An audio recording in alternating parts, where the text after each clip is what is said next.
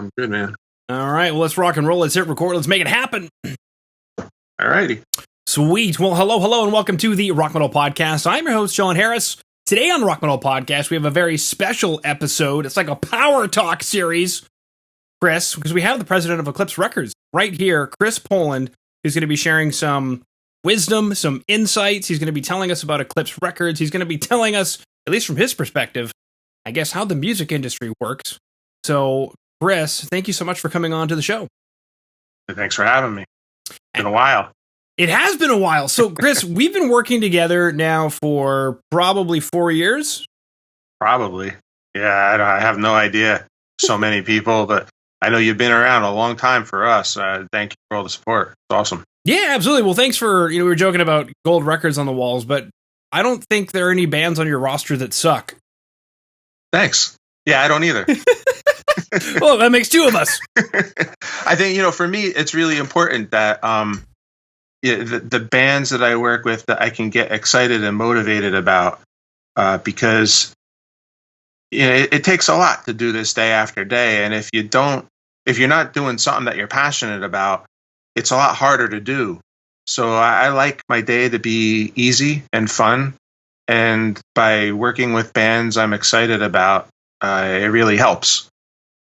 Yeah. It helps me get out of bed in the morning and do this. It's been 20 years I've been doing this now full time. Wow.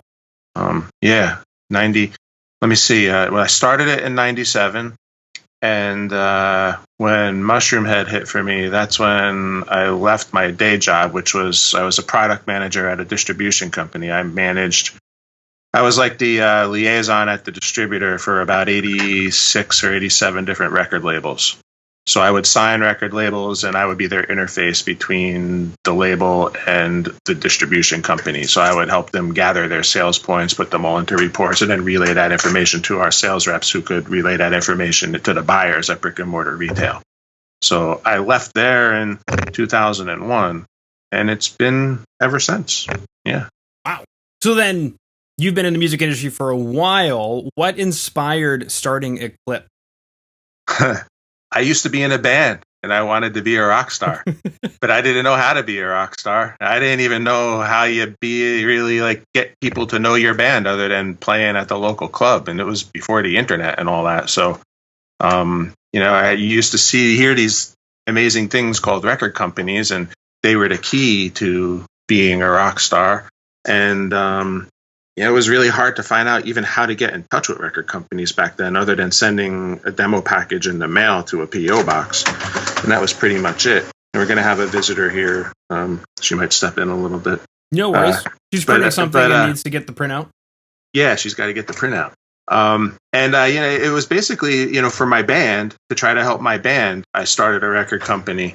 And we thought, just having a logo on the back of our cassette tapes would help make a difference. And so I started the label for the band, and while the band was still together, I started putting together compilation cassettes, then compilation CDs, and then the band broke up, and I just stuck with the label and ran with the label. And I actually enjoyed working with other bands, and found that for me, I learned that what I really liked about being in a band, I could also really like and even love about doing the same types of things for other bands. I was into playing, and studio time I think was my favorite.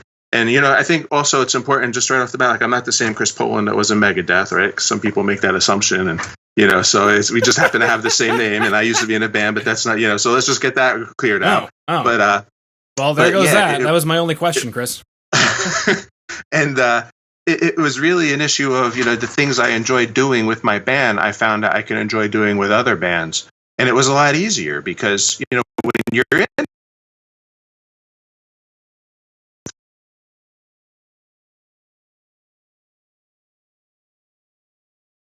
it'll, they're learning from you, you're learning from them. So, I've enjoyed the label a lot more than I ever enjoyed being in a band.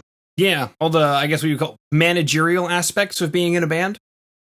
Yeah. Well, when I was in a band, and, they were a great bunch of guys, really talented. But, aside from being in the band, I was doing all the work. Yeah, I mean, I wasn't booking shows. Our singer was booking shows, but I was handling the money. I was handling the networking and the letters in the mail and the fax machines and the writing and the answering. It was a lot back then. So, we would get together, we would write music and stuff, but, it just seemed like, I'm putting a lot of effort into this, and I don't know what's going to happen. I don't have as much control as I would like because, when I was in a band, I wanted to be able to steer my own destiny, not have to compromise with others to be able to get where I wanted to go. And I didn't even really realize that until the labels started getting traction.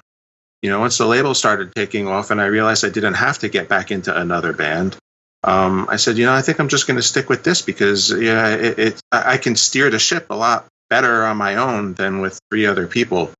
Even though they were great friends and we're still good friends to this day, it just made more sense to, do what I love to do with this instead of being in a band anymore. And, it's a bit of a bummer because I miss playing guitar a lot. I was pretty good. I practiced like 14 hours a day pretty much all my life growing up since like 5th grade through like, my mid to late 20s. So I got pretty good. And I enjoyed it a lot. But I enjoy working with my bands more, and I live through their success now. It's kind of how I live. My dream is through theirs. Vicariously. Yeah, that's the word. Right. Yeah. Well, there's a guitar on the wall behind you, Chris. You could just play that. Yeah. I could, but it's too far. I mean, I have to turn the chair around, Very true. Now, something you mentioned there was record labels were this mysterious thing, but they were the key to success. And I get that question a lot from bands. We want a record contract. We want to work with a record label. And I always return the question, what is this thing that you want? And they can't answer it. So they know they want it, but they don't know what a record label is, and they don't know what a record contract is. And we're all familiar with that scene from Airheads where he wipes his ass with a record contract. Yeah. But I guess take us through, if it was this mysterious thing, how did you start one? How did you know, like, I guess, what to start? And at what point did it gain traction? Were you now, or have gotten to a point where you understood this is a record label, or this is how it should function? Wow. Well, the first thing I did was try to figure out a name. And it started with Spider Records. But it sounded cool. I like spiders. Yeah. And but there was a Spider Records doing electronic music in Canada, I found out. So that got changed. So then I thought of Eclipse, and there was no Eclipse Records. So I said, let me stick with that. Then the next thing was a logo.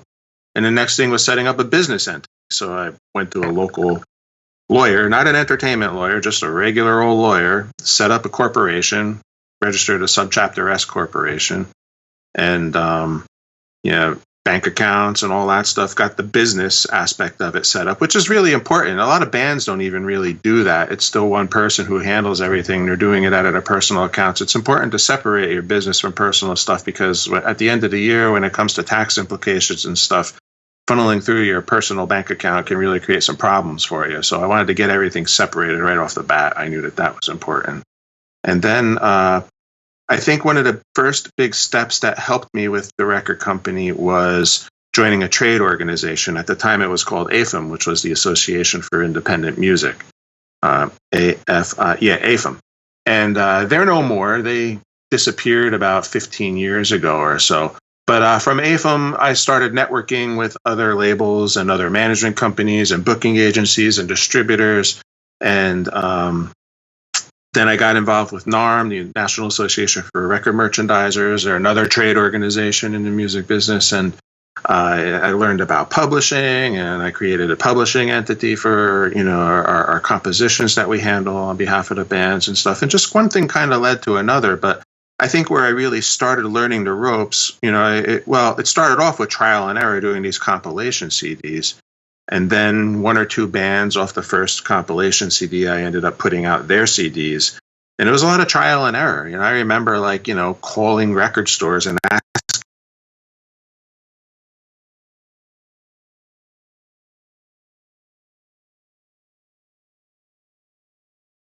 A lot of trial and error back then like that. But where things really started to sink in and I started really learning was when I got hired at Big Daddy Music Distribution.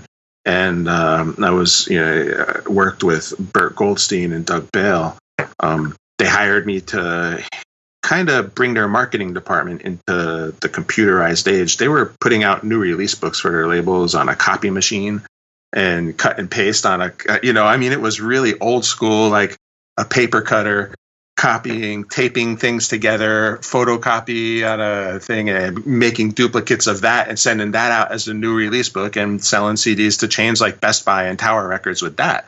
Well, they brought me in because I had some computer skills to kind of take their new release book to the next level, help all their labels do one sheets and get that stuff into the new release book that went out every 2 weeks to all the buyers around the country. And then from there, they kind of just let me have free reign in terms of bringing in new record companies to work and be distributed by Big Daddy. And from that, it kind of started me being the liaison between all these record companies and our sales force there. So it just kind of one thing led to another in that regard. But while I was working there, I started learning a lot, not just from experience. I would learn from the label's mistakes that I worked with. We would be talking about what their priorities were and what was happening in terms of marketing drivers and sales points that were being funneled through me into reports to be able to give to our sales reps, to be able to get buyers at the major chains to bring in more product for the field inventory. What I think was also a big thing was just osmosis, listening to my bosses talk and have conversations with them. They put me in their office. I had a desk. It was a tiny little desk with a tiny little computer, but I basically heard everything that was going on. Every argument, every victory, every lawsuit, everything, and it was every negotiation of every contract, so hearing all that and then hearing the opinions, and they would always ask me for my opinion. I was just some kid off the street. Like, I don't know why. I think maybe they just wanted a fresh perspective on things. And just being a part of that process allowed me to get my feet wet in seeing possibilities and being able to learn from those possibilities and help shape a direction ultimately that would be my company's first success, which was Mushroom Head. And then when that blew up, it basically came to the point where they took me aside and said, Chris, you're making more money for us with this one record and your label than you're making by working here.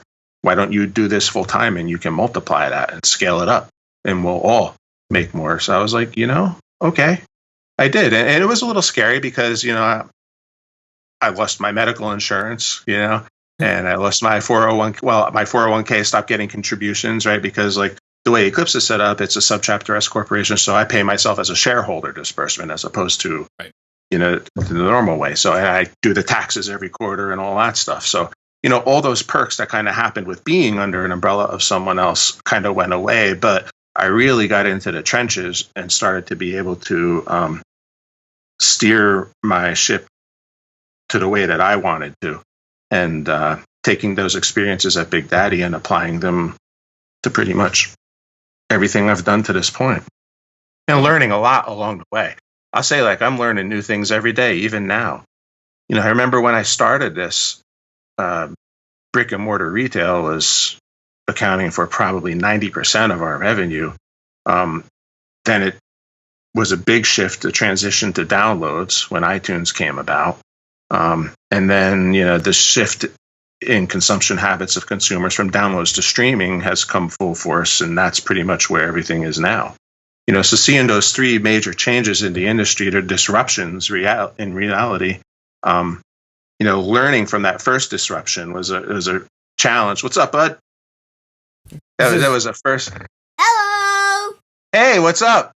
I miss hearing you on the podcast. I haven't heard you for a while. What's up? I'm Chris. Yeah, I heard you for a while. Chris, ECLIPSE Records. Hey, it's nice to meet you, Chris. It's nice to meet you too. What's on your shirt? It's a bunch of Mario. Oh, Mario. Yeah, I remember. Mario apps. Okay, cool. My daughter and I play Mario Kart together. Hey.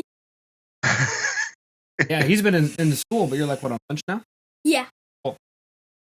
Yeah, I got my daughter working in the office too. She's doing remote too. And my wife is working at one of my employees' desks. My daughter's working at another one's because they're all remote now, and they're all remote here. It's just like it's the whole world we live in now. I know. Speaking of which, you were talking about changes in the world and disruptions. And speaking of which, 2020 had a big disruption, I imagine, for the company and for the music industry at large. So, I mean, having been in the industry since the time of selling cassette tapes at Tower Records, to what is a cassette tape and what is Tower Records? Yeah, neither really exists anymore, right? I guess take us through that, or maybe more importantly, take us through 2020. Like, what does Eclipse Records look like today? Like, what does a record contract for a band that you're signing today look like? Well, I mean, it really depends on what that band is and what kind of leverage they have. What they're bringing to the table. A band that is really established, that has a significant sales history of transactional data that we can verify and really see is something that is, there's a fire already going and we're just pouring gas on that fire to expand it. Carries a very different contract from one that is literally a brand new band that is putting out their first record that nobody has ever heard of. Right? So one is a lot harder to get going than the other. So one is much more risky than the other, so, and then you have everything, the whole scope of what's in between that. So some bands will do deals where we're putting up in advance, we're putting them in the studio, we give them a video budget, tour support, merchandising deal. Other bands, it's literally, you're hiring us to help you develop and build the brand. And if we can get it to a certain point, then we can upgrade to a traditional deal. And then there's things in between that, so what I found over the years, I'd say until about 6 or 7 years ago, we would get, I've been really lucky. We've always gotten a lot of demo submissions. I never have to go looking for bands ever. I haven't ever been like that ever since our first big hit band. The submissions we get about 300 a month, easy. And they never end, and they're from all over the world. So there's a whole ton of stuff for me to go through, and I don't get to go through most of it. It just comes in too fast. But when I'm looking for new stuff, I do it in batches, and I hammer through as much as I can, and then I start dialogues with those bands. And what I forgot where I was going with that, but I got questions. It's okay. Okay, cool. Yeah, when I go through those, I figure I look for bands that have music that I can get passionate about. They're producing something that sounds great and is ready to go, and they're able to execute their vision on their own. So I'm not looking to handle bands' art design and their social media and stuff. I work with bands that can do things on their own. I can really blow that up and take it to the next level. Sometimes I have bands that. They ask what does a record label do, or what can you do for us that we can't do for ourselves? And I could name a lot of things because, there really is. There's relationships of people we have with press, people we have at radio, podcasters, YouTubers, playlisters. We have relationships with those people, be able to pitch them that stuff so they can reach their people. It's not just us reaching each fan individually. We do that directly through social media and newsletters and advertising and marketing, but also a big part of building the brand and getting exposure for these bands to create more awareness is reaching out to people at press and radio and getting them to reach out and tell their people about it. Some publications and websites have a very big reach, others have a very small reach. But really what's most important to me is to be able to parlay whatever that reach is into a press kit that we can show more people to get more people on board. Right. So every bit of coverage, every bit of things that we're aware of, we try to share, and we log them into spreadsheets, and we relay those spreadsheets and marketing drivers to our reps at our distribution company that distributes Eclipse. And between the two of us, we team and we help build those things and get it further. So being able to execute, just what is, the band brings to us, right? Like I'm not too involved in, I think you should have like a booklet or this or that. In earlier stages, I try to stay away from physical product actually, because it's just not cost effective anymore. In the early stages, once there's a sales history and there's serious demand for product, then it starts to become, it starts to make sense because the profit margin is so much bigger than, other things like streaming and downloading. But, it doesn't make much sense for doing a run of 1,000 discs if we're only going to sell 100 of them, so you got to really, you got to get it to the point where it makes sense first. I'm rambling a bit and I lost track of what I wanted to say. It's okay, Chris. I was going somewhere for you. Yeah, and, it works. I mean, one of the two things that I'm hearing a lot are, number one is passion. Something you want to be passionate about, therefore the band should be passionate as well. And then something else as well that you said that I think would scare a lot of bands that are listening in right now is, wait a minute, this sounds very logical. I need to have transaction data. I need to have stats that I can actually show you. I need to have, it's like, how many times as a band you're so concentrated on making the music or getting the mix right or whatever, did you stop and go, can I show this record label proof that we made, X number of dollars last year or whatever the case may be? Right. Yeah, that's really important because, for so many years, I remember where I was going now. For so many years, I used to just work with bands just based on if I fell in love with their music or not. And that was in the early days when you could gamble big and you could get a big payoff, right? I would do that. I would literally fly across the country to go see a band, spend a weekend with them, fall in love with their music, see what's really going on in their scene, in their local hometown, stay at a hotel, go to the local record stores, see their CD in the store on consignment, see their picture on the local entertainment paper on the newsstands, like hear them on the radio, like those things, go out, sign them, give them $100,000 check to record me a new album and then put their record out. And that would be like, I would do one band, two bands a year, as things changed, there were those types of bands that I could find that had that type of stuff going on were very far and few in between. There was a lot of stuff getting submitted to us, bands that were great, but nobody knew who they were. And getting a band from that stage to the point where it makes sense to write $100,000 check, which we don't write anymore, really, at all. Those days are over. That's 20 years ago, Chris. Yeah, it was 20 years ago.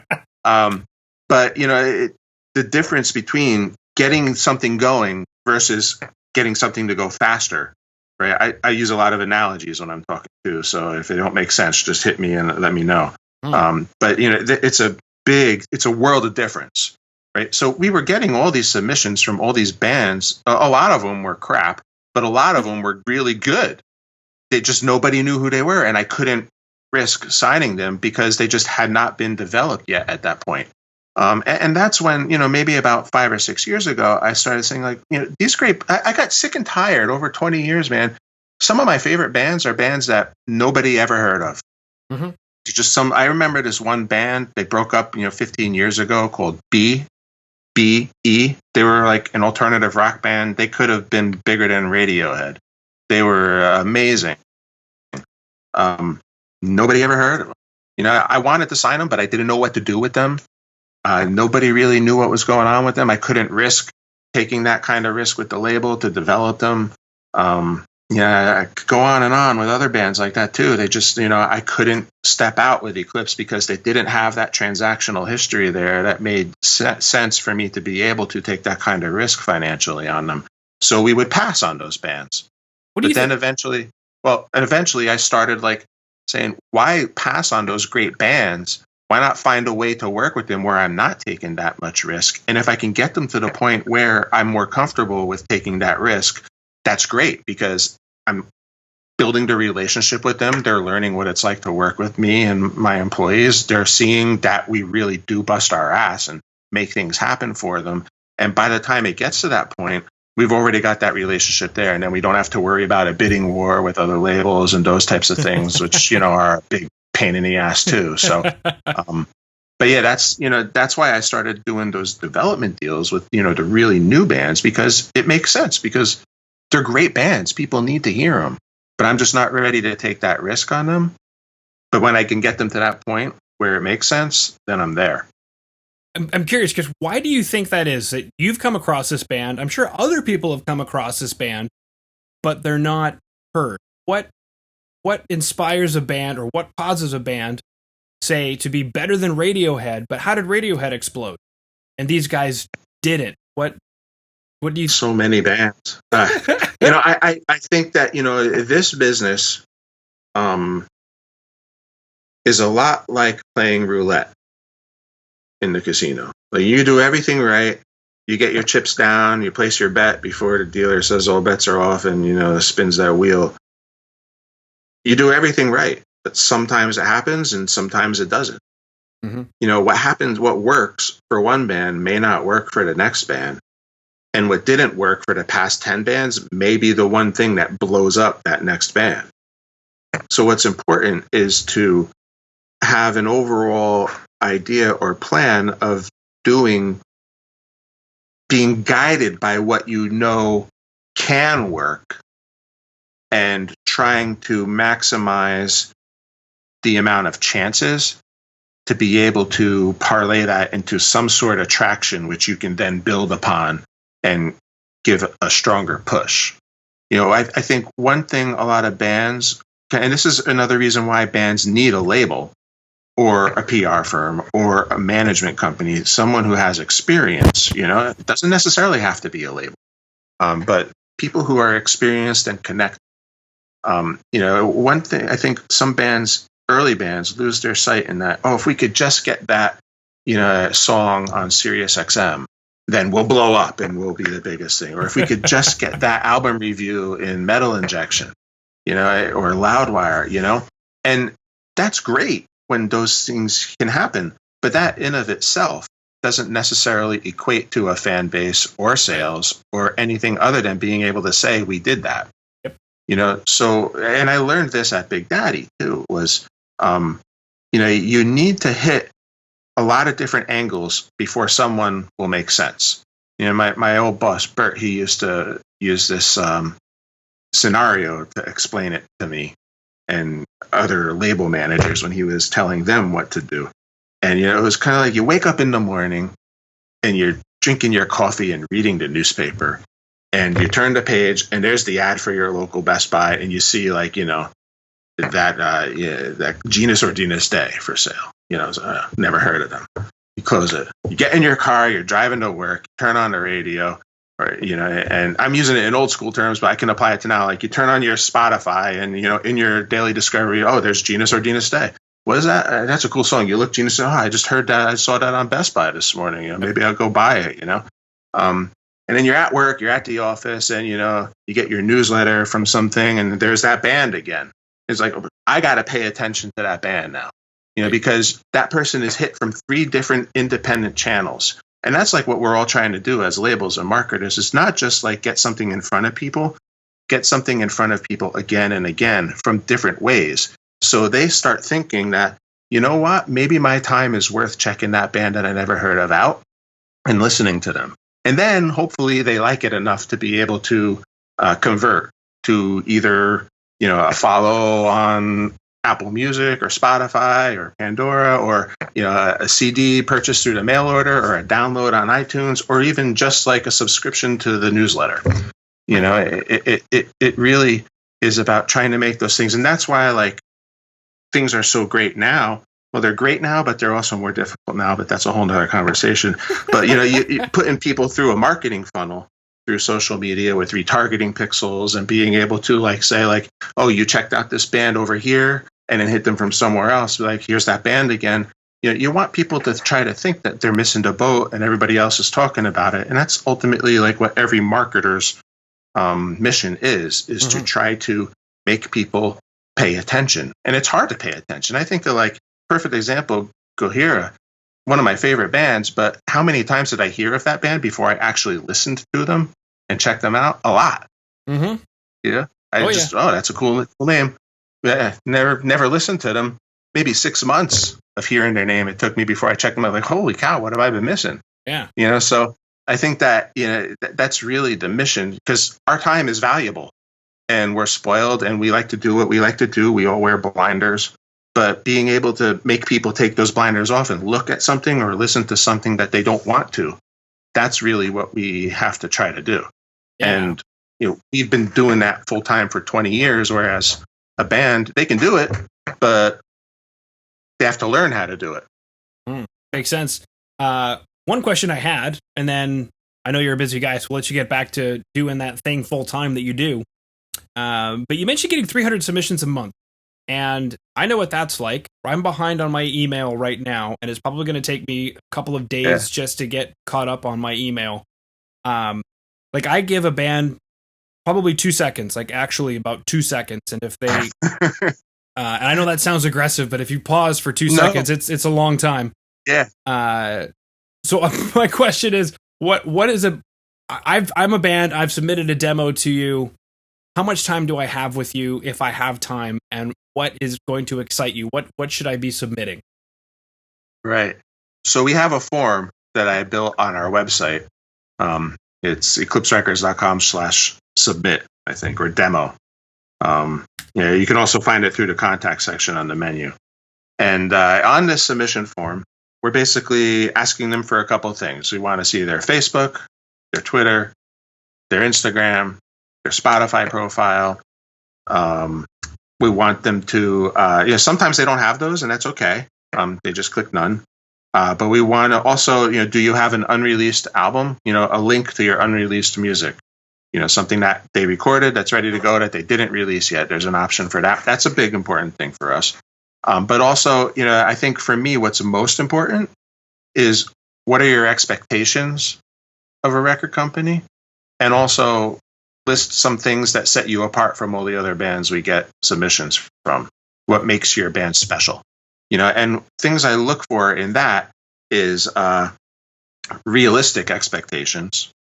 So if it's a band that it literally has, they started a month ago and they're expecting like a big $100,000 check. Yeah. Yeah. It's just, no matter how good the band is, they don't get it. They don't understand how the industry even close to works. So I usually will not even go to listen to that band. Right. But if they have reasonable expectations and they don't have to have accomplished a lot, but just hearing what they think is a big deal, it allows me to kind of get a vibe on not just how reasonable they would be, but also how hard they work and what they're able to accomplish on their own without our help. So, I look at a band that can do this on their own without our help, and I say, if they could do that on their own with us, they could do 10 times more. So those are some things. And then while I'm reading that, I look at their Facebook page. I want to see what they look like. Images, I remember being in a band. It shouldn't be about image. It should just be about the music. But image is a big part of selling a band because the image of the band and what they look like is like the cover of a book. You don't open that book if the cover art doesn't look cool. You don't listen to that album if the art doesn't look cool. You don't check out that band and become a fan of them if they don't look cool, right? So, I want to see what they look like. I want to see what the engagement is like on their social media. I use a couple tools that other record companies and friends at radio stations and press use to try to, they are plugged into the APIs of all the social media companies as well as a lot of the streaming DSPs, and it's able to give a big picture type of dashboard. It's called Chartmetric, and there's a couple others, but you're able to see like the big picture of what's really happening out there with bands and stuff to be able to kind of quantify what's going on with them on a big picture scale. I'll look at that. I might pull a sound scan on them. But that data usually isn't all that because those bands would have been signed already usually when they got sound scan data collected on them. Yeah. And then I'm listening to the music because for me, it's got to be about the music, but everything else has to be there underneath the music. Otherwise, a great band without the right mindset of band members behind it is going to have a really hard time getting traction. So those things have to kind of be there, and it makes sense. But also, the music's got to be great. Sometimes what I'll do is I'll just start playing the music while I'm reading those things and while I'm looking at to try to be more efficient with my time. I'll maybe give a minute to each submission before I can say yay or nay. Some I'm right away I can see like no, it's not. But some like I'll stick with, and I might even listen to the whole album. I'm like, this is really good. I'll just keep it on while I'm working. Yeah. And then I might reach out to them later. I guess it kind of really depends. Maybe it's a bit of a gamble too with when a band submits it, whether or not they get me in the right mood.